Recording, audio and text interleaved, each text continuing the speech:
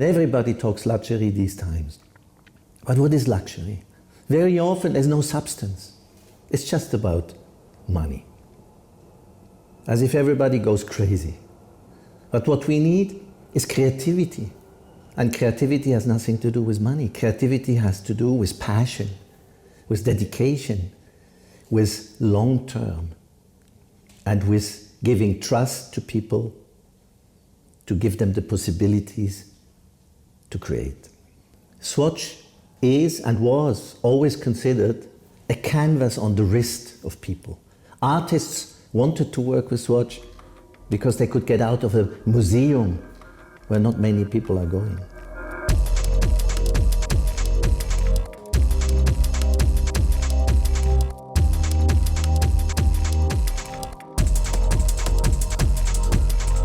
I think that more than a relationship, Swatch and art have a love story. It's a little bit deeper, it's certainly very passionate, and it has been going on for a very long time.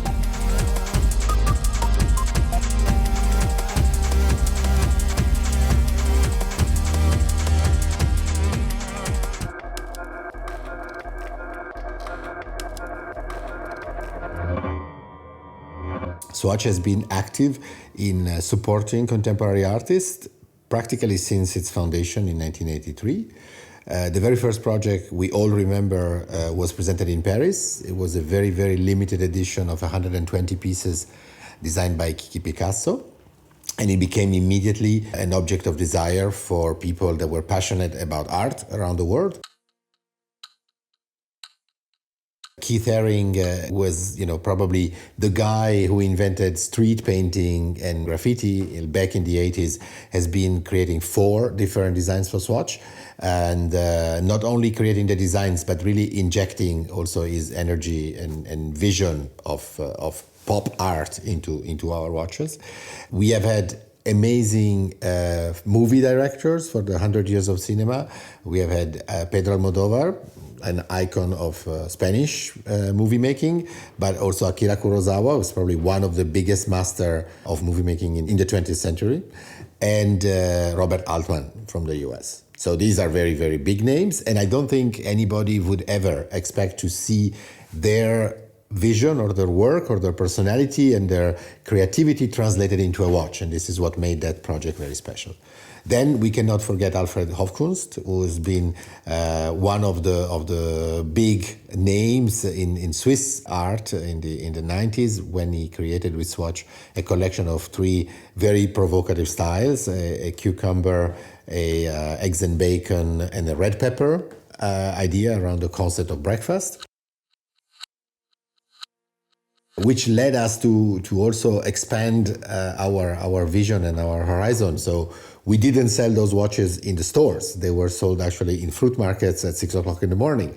So the contribution of the artist goes well beyond the idea of the watch. It's the fact that artists are able to inspire us to do crazy things or unexpected things. And this is what the real contribution is.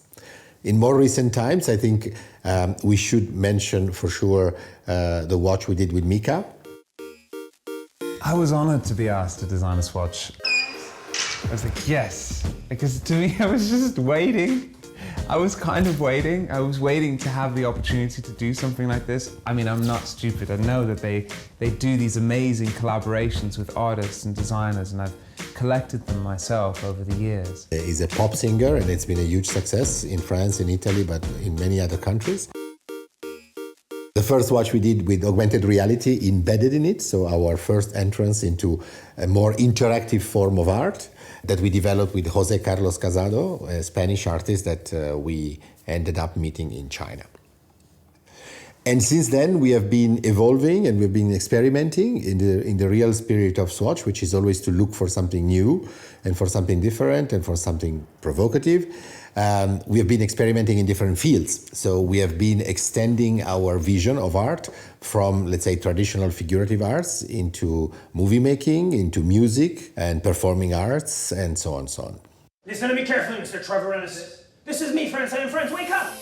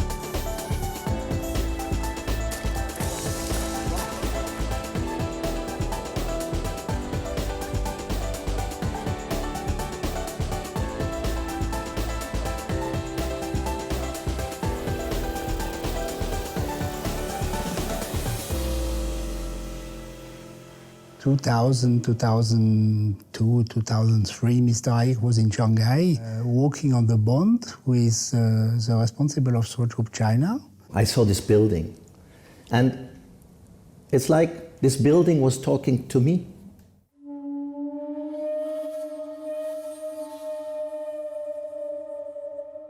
It was saying, hey, what are you looking for? Are you looking for shops, for luxury brands? Or do you want to do something that has a heart?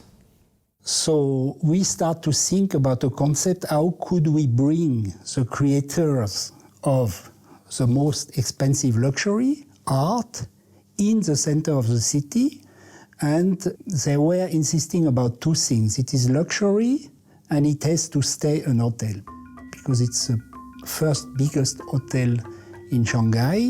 So we were thinking about how to link luxury and keep this function of hotel for the building. Thinking about luxury, of course, you think about very expensive and very exclusive objects. And if you think about the most exclusive object you have in the world, you think about art pieces.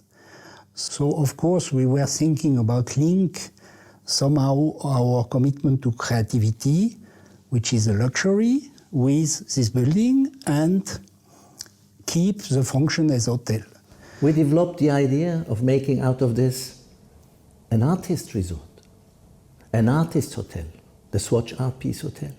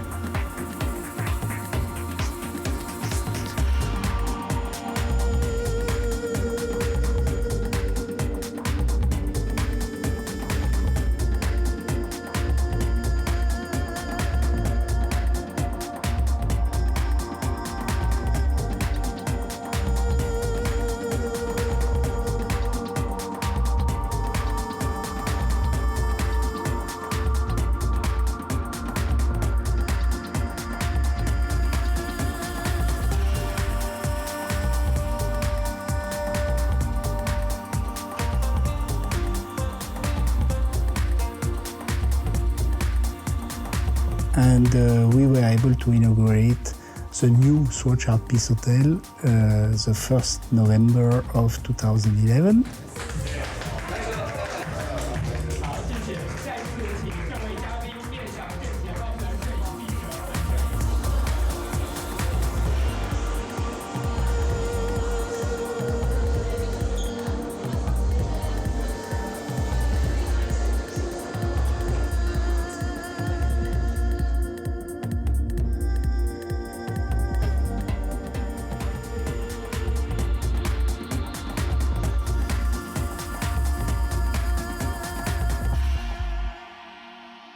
Today, we have had about 180 artists invited, coming from about 40 countries, with a lot of different artistic activities, going from classical painting, sculpture, to video art, multimedia, dancing, music, and so on.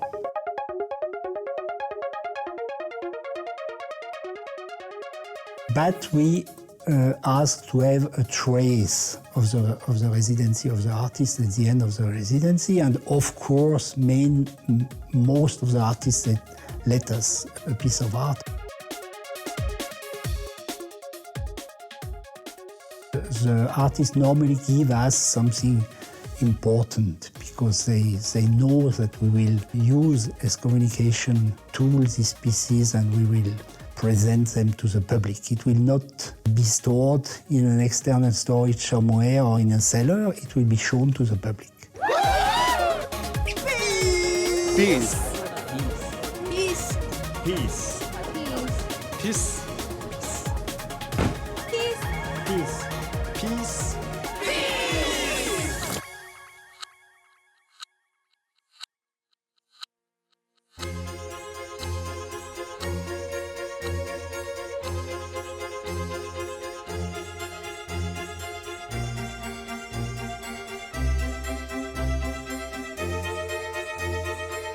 This year, in 2015, we decided to push even further our initial idea, which was to create an ideal bridge between Venice and Shanghai.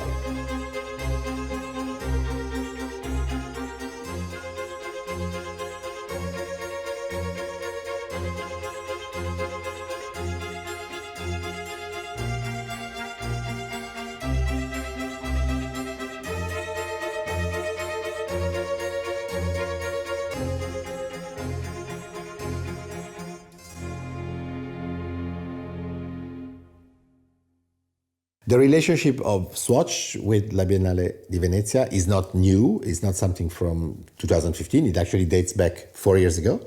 The very first edition when we collaborated was 2011 with a presence which was a little bit different than what we have been doing in the rest of the years. And then in 2013, for the first time, we presented the Swatch Art Peace Hotel project in Venice, which was interesting, but it was less broad as a presentation than what we have today. But I think it's interesting to see how for a brand like ours, which is used to do things differently and to do new things all the time, we found an interesting partner who is letting us do what we want in a very creative way, and which is also, I have to say, recognizing the quality of the work that Swatch does on a worldwide basis in the world of arts.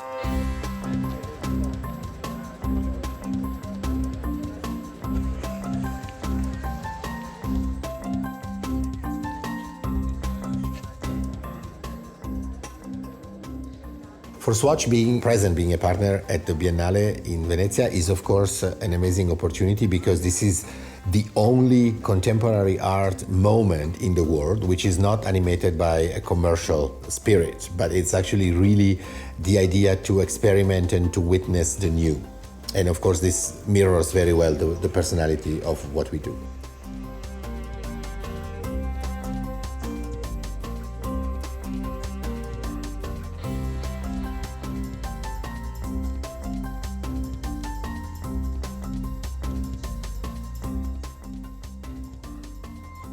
I believe that we were able, for being a partner, to create quite unique experiences for the viewers and to establish a credibility and a respect for what we do, which is very, very high and of course very rewarding for the brand itself. So the idea that today it's the message of our artists which creates this unity and this bridge is a very positive one, I would say. And I think what made the experience special is that we didn't just create an exhibition. We wanted to create an evolving exhibition, something that renovates itself every 5 or 6 weeks, and that offers as many artists as possible that have been part of our operation in Shanghai the possibility to show their work. And what I have to say with pride, because I think that's the only word we should use in this case, is that each of them that we invited not only was extremely happy, but they all created work on purpose for the opportunity we gave them to be shown at the Biennale. So Swatch Faces was the title of this year's presents, and I think it was probably Swatch Faces and Happy Faces especially. My name is Ayako Ropak. Speak English. My name is Alec von Bargen. Benedict Partenheimer. Alexander Alexin. Chinese. I'm Jenny Krasner, and I was born in Manhattan and raised there, and I still live there. Now I am here in Venice. Chiara Luzzana. Tom de Perret. Faut dire bonjour. My name is Andreas Cartazzini. Eva and Adela. Perfect. Je suis originaire du Grand-Vernois en Suisse. Chloé Berthodin. Silence, please. You understand me? Joanna Vasconcelos. I'm Luca Brai. I'm Sigrid Calon. I live in the Netherlands. I am Alex Gaillard. I'm John. My name is Yan Wang Preston. I'm originally from China. Now I live in the UK. Thank you very much. Thank you. Thanks a lot. Thank you. Done? Perfect. Yeah, done. So the idea was to renovate and to renew the experience for the viewer inside the pavilion. That's why we split basically the period of the Biennale in 5 waves. The first one, which was of course there for the opening, was meant to offer a vision of different cultures and artists from different parts of the world.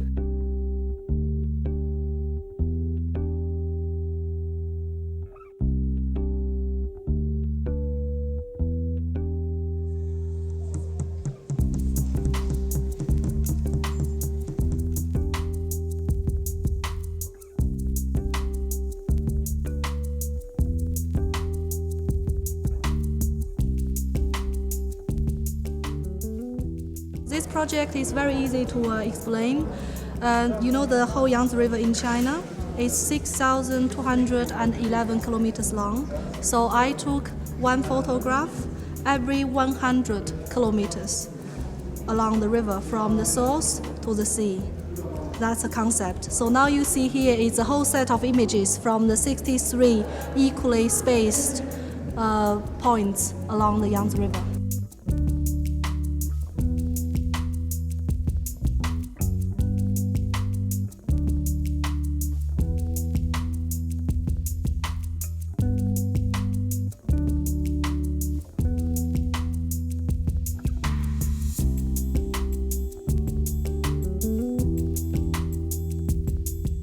The series I'm presenting here at the Biennale is titled Man Forgotten.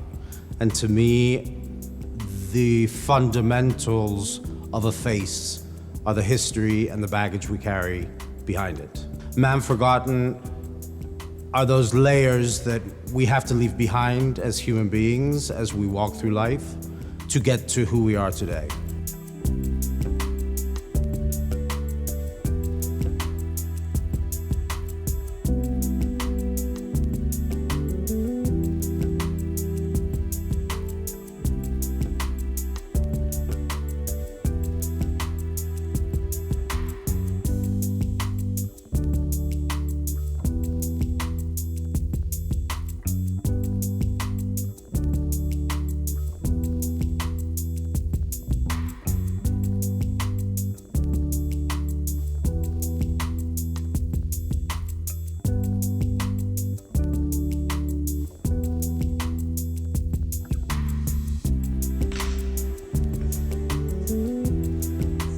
Vengono definiti astratti, io a volte li vedo figurativi. Sono lavori a olio su carta. Questo lavoro è nato da un'esperienza che ho fatto a Tokyo e quindi l'ho intitolato Il mio Tokyo. È un po' quello che io ho vissuto a Tokyo, parlano di me, parlano di voi.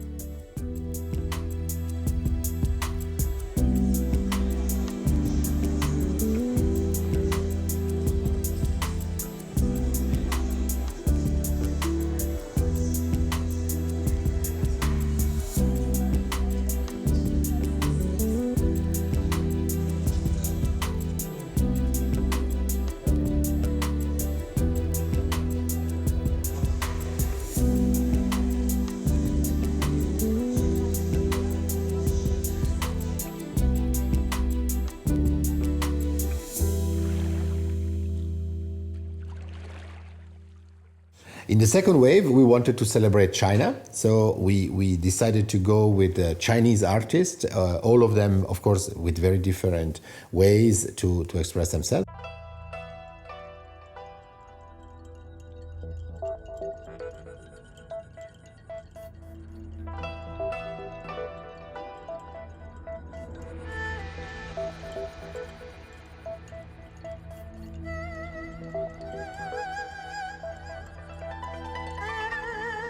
我的艺术主要是通过视觉的语言来表达一种空间、一种场，这种场是通过身体去感受到的。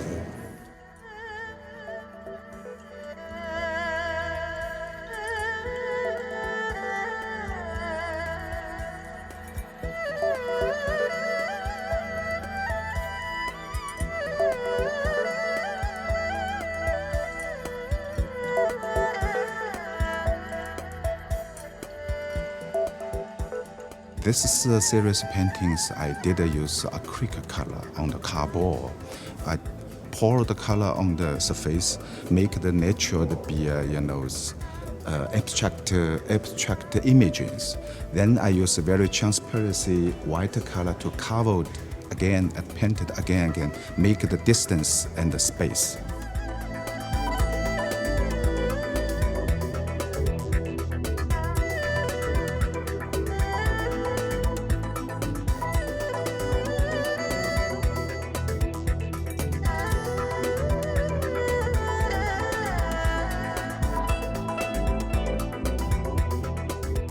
This blue series is inspired from the night of Salento, and the blue, and the sea, and the sky, and the olive trees.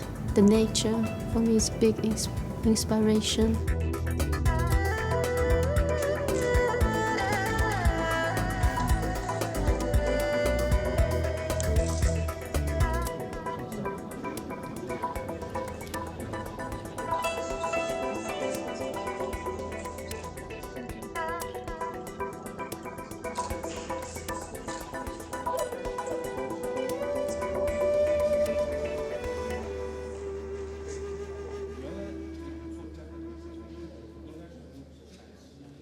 Then, as the third wave was happening actually on the 1st of August, that was the official date of the inauguration, we actually invited Swiss artists.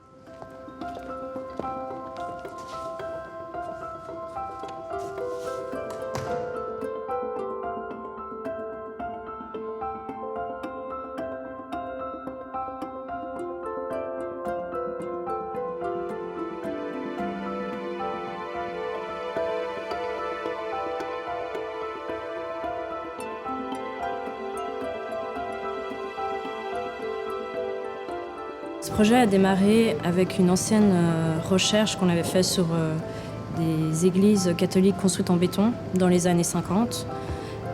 Un cas d'école nous a particulièrement intéressés, c'est l'église de Sainte-Bernadette à Nevers, qui est en fait une retranscription architecturale de la grotte de Lourdes et des bunkers échoués de l'Atlantique.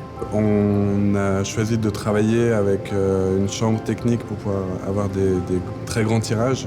Le rapport noir et blanc, couleur, on a vraiment choisi de traiter tout ce qui était extérieur et très formel en noir et blanc. Et en couleur, c'est plus notre interprétation à nous. Ce nouveau projet, en fait, on l'a pensé spécialement pour la Biennale.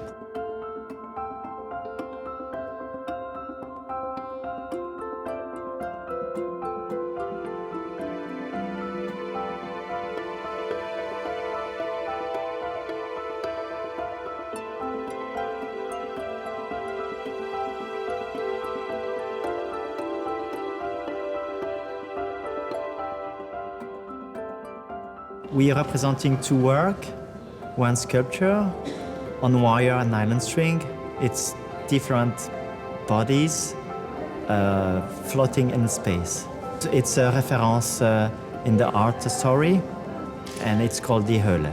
For the triptych, we used the same images of the Lac Léman.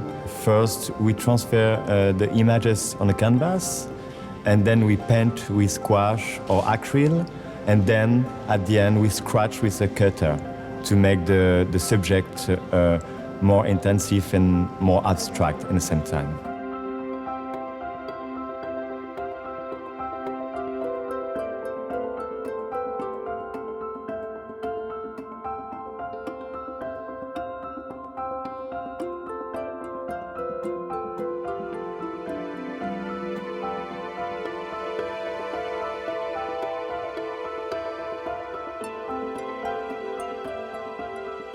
J'utilise comme technique la peinture acrylique. J'intègre différents matériaux à la couleur, comme par exemple du bois, du tissu, du carton, du fil de fer. J'aime beaucoup donner du relief en fait à mes tableaux. Moi, je travaille beaucoup avec les émotions que procure la couleur. Mon but est aussi de laisser une trace à Swatch.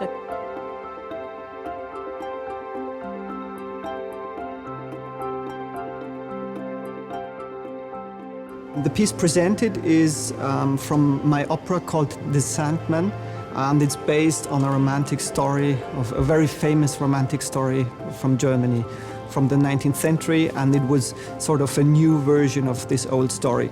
A man who falls in love with a robot.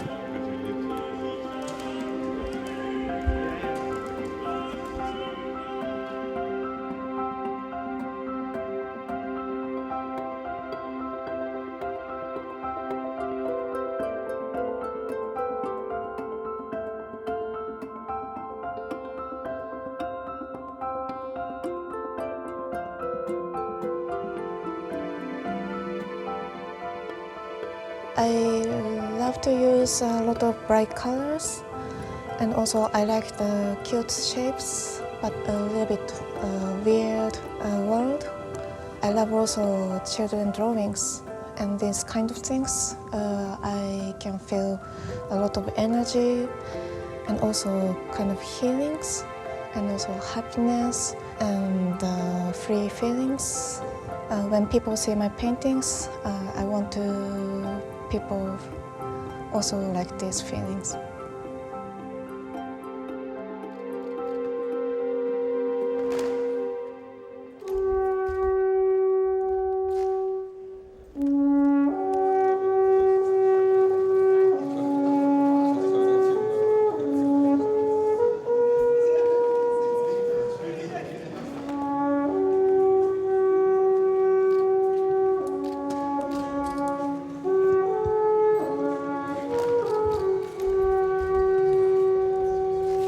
At the end of August, beginning of September, we then switched to all photographers. So that was our theme, which, as we know, is becoming one of the most interesting forms of art today.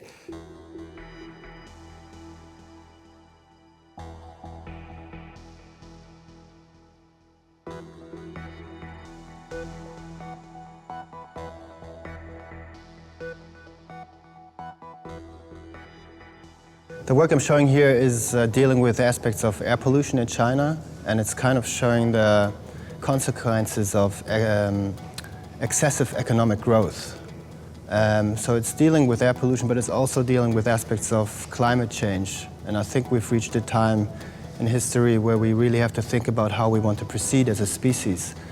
And the images are basically showing Chinese cities disappearing in their own pollution.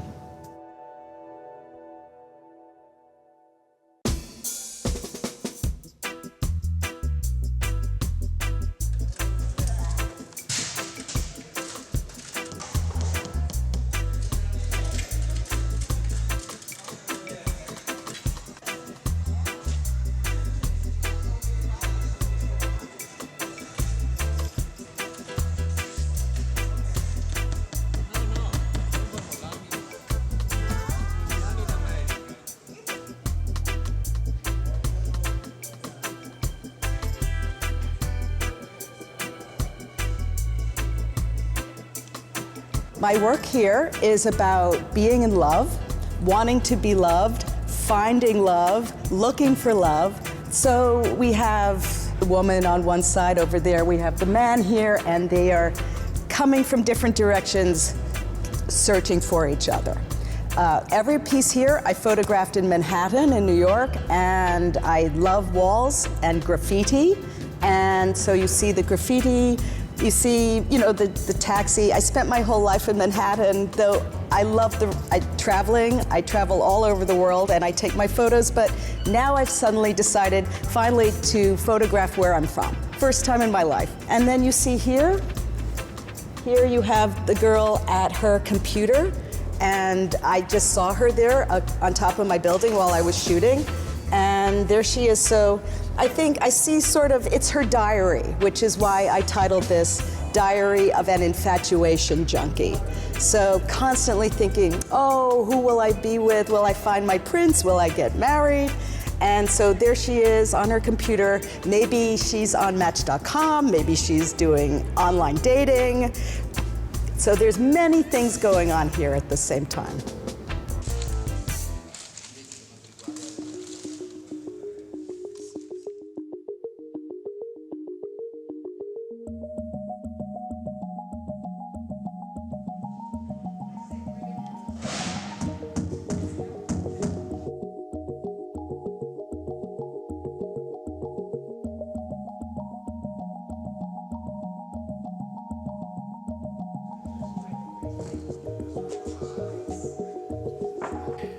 The works I've brought to this exhibition here are the following ones you see on the wall.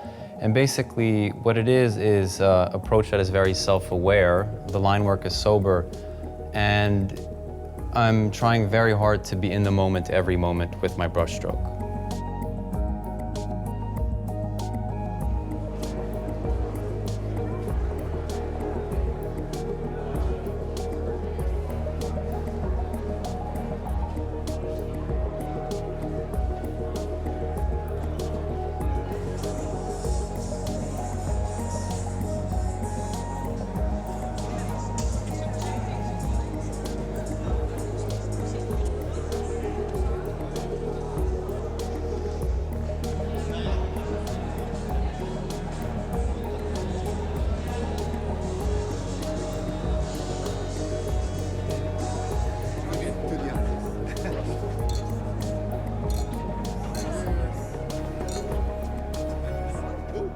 And we had a fil rouge also, which was given by the sound, because the Swatch Pavilion is a big space, so sound was very important.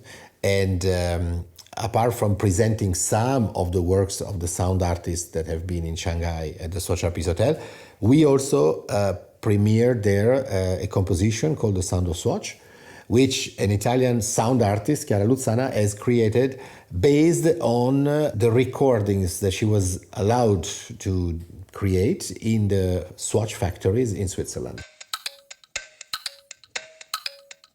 My name is Chiara Luzzana. I'm a sound artist and a composer of soundtracks.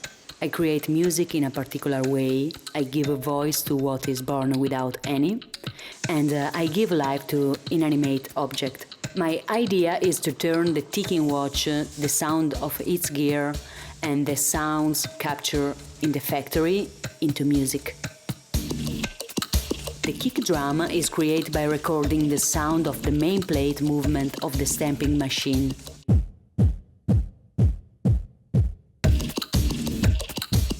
While walking through the factory, I saw the machine that conveyed the finished watch cases. I was excited.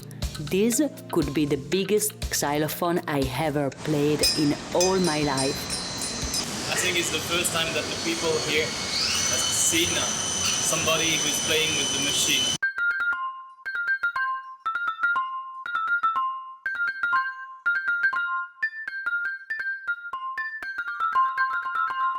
I found myself in between a playground and a scene in a space odyssey. Each sound was a pure inspiration, and every little change in the movement of the machine was a pure rhythm. There is a stage in the production process where the dial is coupled with a watch case. Here, I create the beat for the final part of this soundtrack.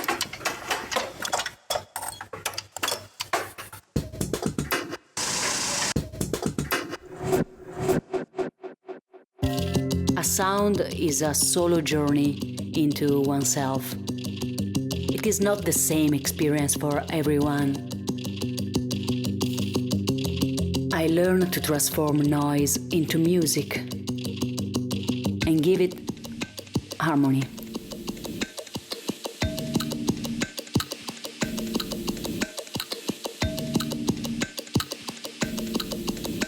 I looked for a secluded spot in the factory to create my lab. I took every little object that made up the watch, from the raw material to the final products, and turned them into musical instruments.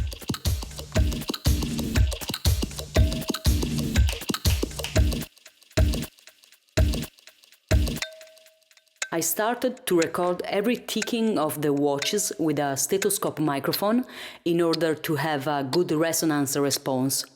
And I found out that each watch has a unique tic-tac sound.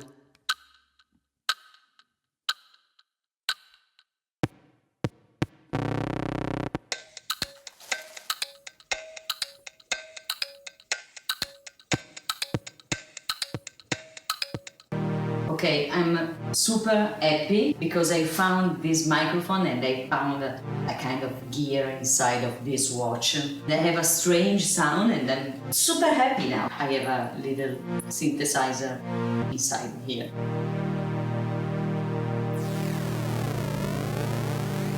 That surprised me, no? You know?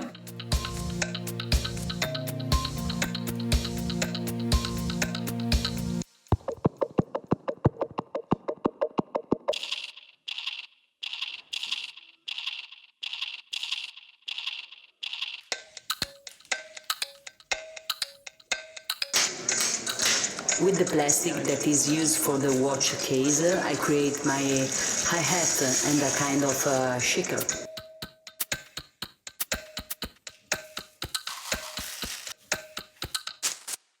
With the bottom glass of the System 51 model and a plastic tube, I create a small bongo. The most ambitious challenge was making use of the finger gloves that the workers use to handle the watches.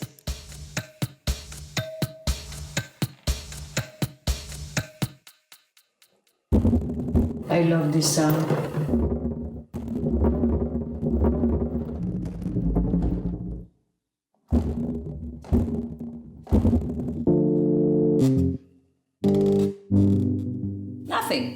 We are working, so. Fucking easy on my head.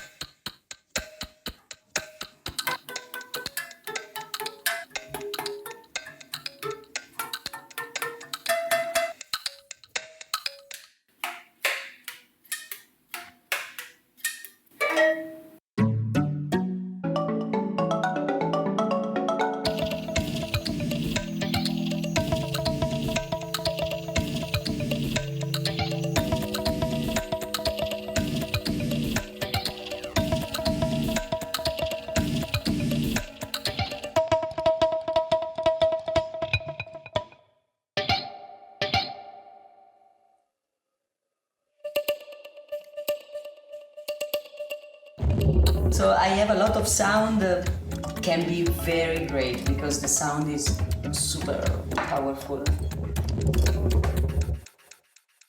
I live life through my ears, not my eyes. I love the silence because it allows me to listen only to the essential. When you have found out how to live, that does not have time becomes eternity. And then I pause and feel life.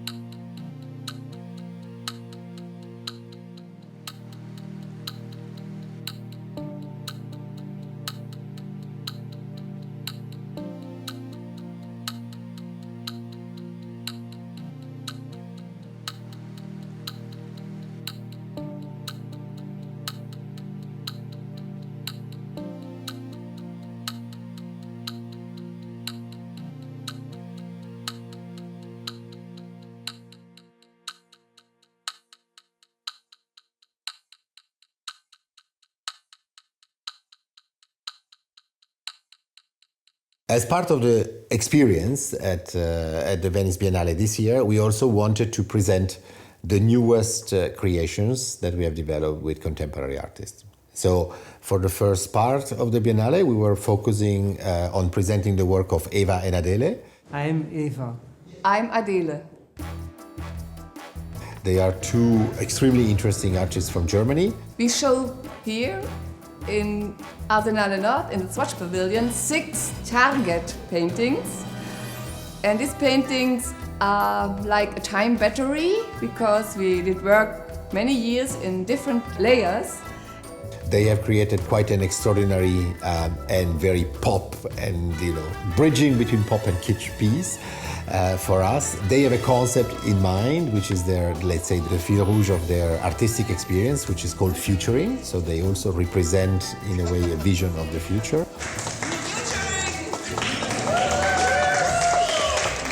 And they wanted to use Swatch to become a manifesto of this message that they have. So they were extremely welcome also because they're very spectacular and they're very warm as people. So it was very nice to witness them interact with the audience, especially during the opening days of the Biennale. Well, communicative, global, plastic, futuring.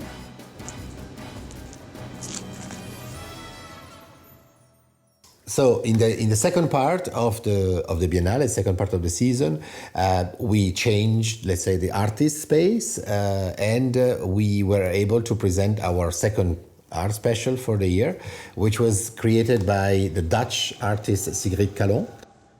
My work is about searching for a new visual language. It's about form and colors in an abstract way. And here in the Arsenale, you see a combination, kind of duets. It's a duet in the form of a collaboration with portraits and graphic work. And you see lots of work, graphic part from my book. I made an artist book in 2012, and here you see prints on a large scale.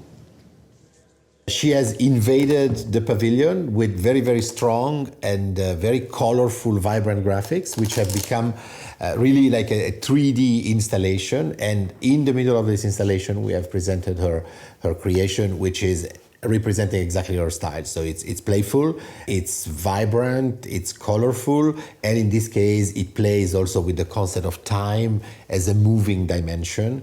So it visualizes the movement of time in a quite different way from what we are usually expecting to see.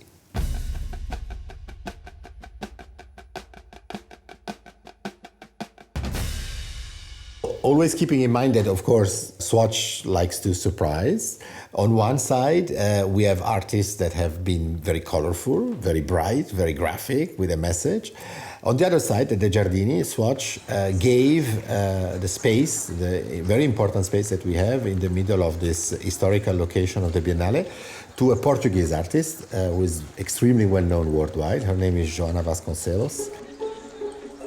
The work that we are presenting here in the Biennale is The Garden of Eden. It's a piece that talks about nature and how we're trying to reproduce nature in an artificial way.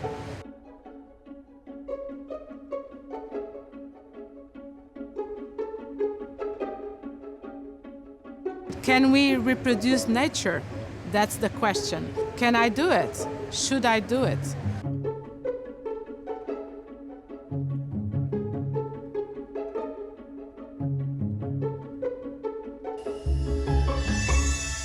We also have a sound, that it's a technological sound, and we have a performance inside.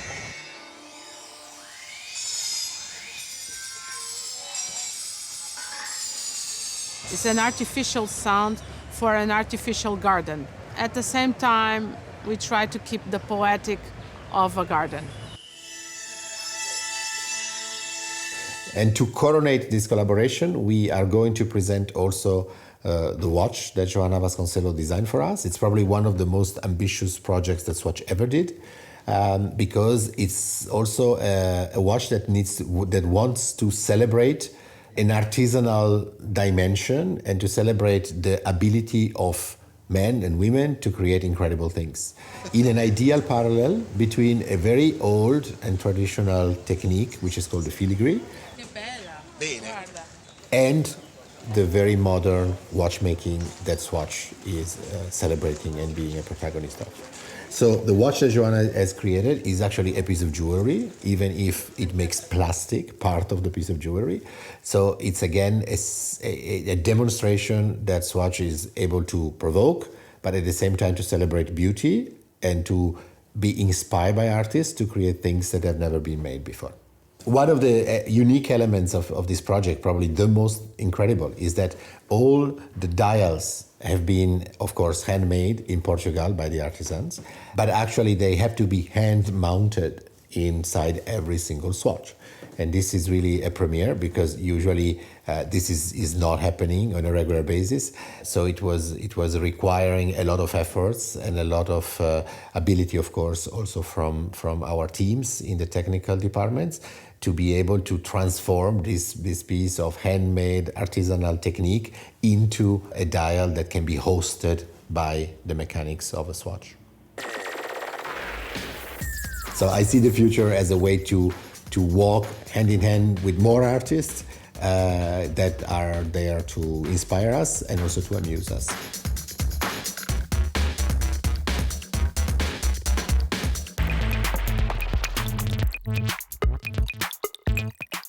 Art is the happiness of discovery.